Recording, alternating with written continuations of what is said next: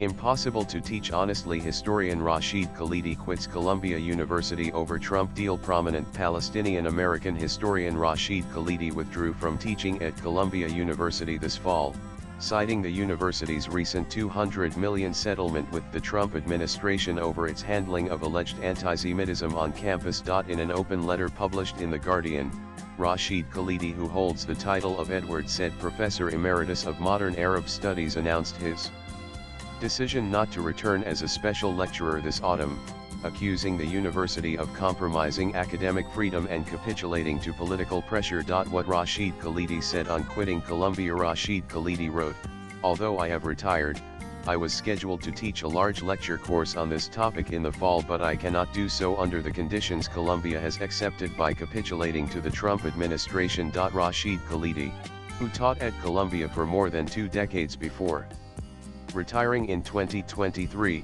said the settlement would have profound consequences for academic integrity. Columbia chose to adopt a definition of anti-Semitism that conflates Jewishness with Israel, so that any criticism of Israel, or indeed description of Israeli policies, becomes a criticism of Jews.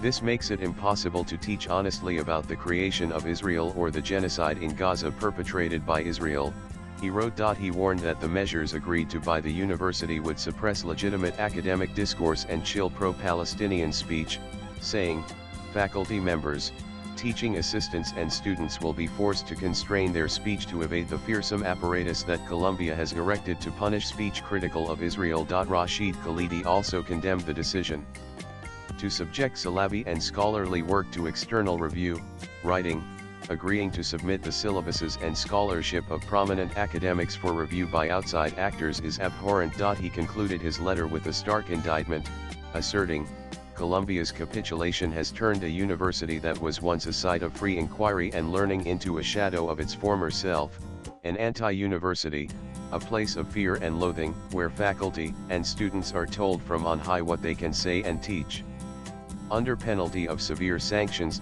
What is Donald Trump's deal with Columbia? Swipe left for next video. The settlement includes sweeping measures, expansion of Columbia's Institute for Israel and Jewish Studies, a review of its Middle East curriculum, and the appointment of an independent monitor who will report to the federal government.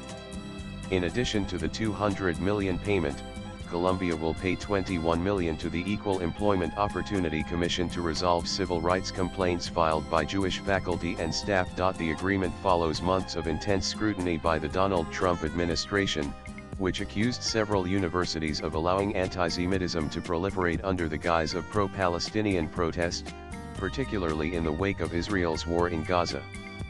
Columbia, which saw some of the most visible student demonstrations in the U.S., has been widely viewed as a focal point in the administration's campaign to exert greater control over higher education. Latest blogs.